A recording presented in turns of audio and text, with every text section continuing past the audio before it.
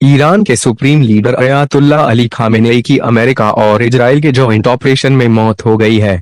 यह पूरा ऑपरेशन लंबे समय से प्लान किया जा रहा था। 28 फरवरी को अमेरिका और इजराइल ने मिलकर ईरान पर हमला किया, जिसके बाद 28 फरवरी की देर रात खामेनेई की मौत की पुष्टि हुई। इस पूरे मामले में प्लानिंग बहुत समय से क्योंकि हो रही थी, तो अमेरिका के वॉर रूम में क्या सिचुएशन थी?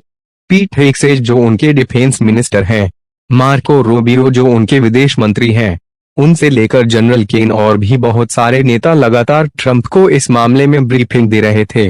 ब्रीफिंग के वक्त उन्हें बताया गया था ये high risk high reward situation है, यानी इस पूरे ऑपरेशन में रिस्क बहुत ज्यादा है, लेकिन अगर ऑपरेशन सक्सेसफुल रहा तो इसका अवार्ड भी उतना ही बड़ा होगा, और इसका नतीजा अब हमें देखने को मिल ही गया है। खामेनेई की मौत हो गई है, तो इस पूरे ऑपरेशन को कैसे अंजाम दिया गया, क्या कुछ रहा, खामेनेई को कैसे टारगेट किया गया, इस पे पूरी जानकारी हमारे साथ शेयर करने के लिए यहाँ मानस मौजूद है। मानस, बताइए कैसे क्या ऑपरेशन को अंजाम दिया गया। देखिए, सबसे पहले हमारे पास दो तस्वीरें आ रही हैं। एक उस जगह की सैटेलाइट तस्वीरें बताई जा रही हैं। अमेरिका का ऐसा दावा है कि जहां पे supreme leader Ayatollah Ali Khamenei थे। एक स्ट्राइक से पहले की तस्वीर है, एक स्ट्राइक के बाद की तस्वीर है। एक नंबर बार बार सामने आ रहा है कि 30 बम गिराए। तो पहली बात हमें यह समझना होगा कि इंटेंट बहुत क्लियर था, इरादा बहुत क्लियर था कि अगर हम 30 बम ड्रॉप कर रहे हैं तो हमें जो भी वहां पर टारगेट है, तो जाहिर सी बात है किसी आप आम टारगेट के लिए, किसी आम कमांडर के लिए आप 30 बम नहीं इस्तेमाल करेंगे। लाखों डॉलर के बम होते हैं और तमाम चीजें उसमें और भी चीजें मैटर करती हैं। तो छोड़ना नहीं था, जिंदा नहीं छोड़ना था, पहली चीज। दूसरी चीज है कि अगर आया अली खामेनी जैसा कोई हाई वैल्यू लीडर, इतना बड़ा लीडर एक देश का, अगर वो किसी बिल्डिंग में है, किसी कॉम्प्लेक्स में रह रहा है, तो उसकी सिक्योरिटी सिर्फ ऐसा नहीं है कि उनके आसपास 4 हथियारबंद गार्ड्स होंगे या ऐसी चीजें होंगी। तो ये पहली चीज की इंटेंट बहुत क्लियर था कि छोड़ना नहीं है। दूसरी चीज की उनकी लोकेशन कैसे पता लगी, यह बहुत इस पे सवाल हो रहा है। जब हसन नसरल्लाह की मौत हुई थी बेरूत में, तो उस समय भी यह बातें सामने आई थी कि हसन नसरल्लाह का ही कोई बॉडीगार्ड या ऐसा कोई मोसाद के साथ मिला है। हम जानते हैं कि मोसाद अपने बहुत बेहतरीन ऑपरेशंस के लिए जानी जाती है।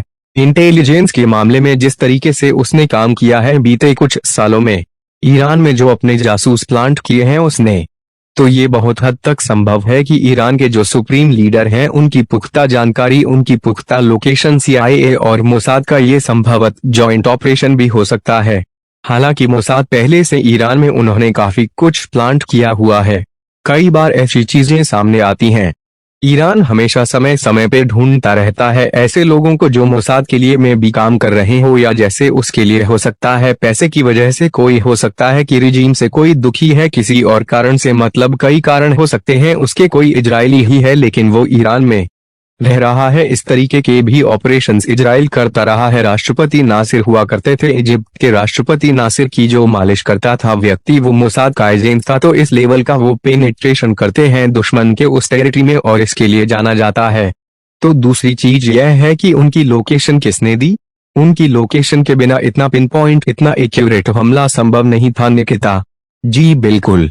तो इससे पहले भी जब ईरान के राष्ट्रपति इब्राहिम रईसी की मौत हुई थी कतर में, तो उस वक्त भी इस तरीके की रिपोर्ट सामने आई थी कि IRGC के जो कमांडर है वही इजराइल से मिले हुए थे, उन्होंने ही मोसाद को ये इंटरली किया।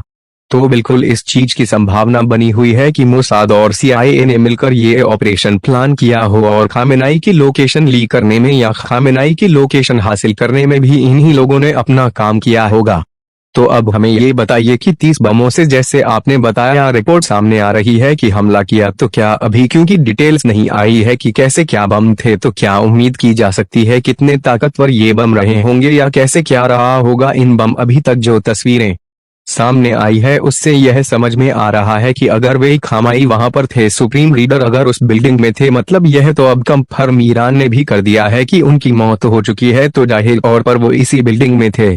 अगर वो वहां बिल्डिंग में भी रहे होंगे तो ऐसा नहीं है कि वो किसी अपर फ्लोर पे होंगे, मतलब ज्यादा चांसेस है कि वो जमीन के बेसमेंट के नीचे भी कई फीट नीचे स्टील की मोटी चादरों से इस तरह के लीडर्स को ऐसी सुरक्षा दी जाती है। मतलब ये बहुत आम है, ये कोई बहुत बड़ी बात नहीं है। तो वो बम से और ऐसी चीजों से बचाव करता है। वो कई बार ऐसे जो शेल्टर्स होते हैं जो बॉम्ब शेल्टर से या बंकर जो न्यूक्लियर हमले से भी बचा सकते हैं। बिल्कुल अयातुल्लाह खामेनाई का जो शेल्टर था उसको भेजना था अगर अमेरिका को, तो उनको जरूरत पड़ी होगी GBU कैटेगरी के बंकर बस्टर बम की। बंकर बस्टर बम इसको इसलिए कहा जाता है क्योंकि ये पहले जमीन में पेनिट्रेट करता है। जितना ज्यादा नीचे जाए ये फटता नहीं है। यह पहले जैसे ही इम्पैक्ट करेगा जमीन पे, वो पहले जमीन में जितना अंदर जा सकता है जाएगा। अलग अलग कैटेगरी होती है उसमें, जितने आपको जितनी गहराई तक उसको पेनिट्रेट करना है या आपका दुश्मन जितने गहरे बंकर में छिपा है उस हिसाब से आप बम का चयन करते हैं। तो मुझे ऐसा लगता है कि इसमें बंकर बस्टर बम का इस्तेमाल किया गया। जब वो बंकर बस्टर बम फटता है अंदर तो उसमें से फ्रेगमेंट्स निकलते हैं। फ्रेगमेंट्स मतलब आप छोटे छोटे गोले समझिए, और वो एक गोला एक सूरज, जलते सूरज के बराबर होता है। तो जब वो आपके शरीर पे टच होता है तो आपका शरीर लिटरली भाप बन जाता है, और इस वजह से वहां पे मतलब शरीर की काफी खराब स्थिति हो जाती है। बहुत ज्यादा नुकसान बहुत होता है वहां पे आसपास लोगों को, और ये कम एरिया में ज्यादा नुकसान करता है और कम एरिया में ज्यादा नुकसान करता है। शायद इसीलिए मुझे लगता है कि 30 बमों का इस्तेमाल किया गया, क्योंकि ये इंटेंट, जैसा हमने पहले बात की कि इंटेंट बहुत क्लियर था कि अगर एक बार सुप्रीम लीडर अगर बच गए तो दोबारा, और ईरान ने इसमें कोई शक नहीं कि बहुत डेडली अटैक किया काउंटर उन पे बहुत ज्यादा, मतलब सऊदी, बहरीन, कतर, हर जगह उसने जो हमले किए। तो अगर सुप्रीम लीडर उस हमले में बच जाते तो संभव है कि ये हमला और भी खतरनाक होता। तो इसलिए मुझे लगता है कि इसमें बंकर बस्टर GBU क्लास के बंकर बस्टर बम का इस्तेमाल किया गया है। जी बिल्कुल मानस, तो फिलहाल हालांकि इसका कंफर्मेशन नहीं आया है कि यह बम GBU बम ही थे या फिर कोई और थे, लेकिन यह तय है जैसा कि मानस ने बताया कि इंटेंट बहुत क्लियर था। अमेरिका ने पहले से high risk high award situation declare कर दिया था।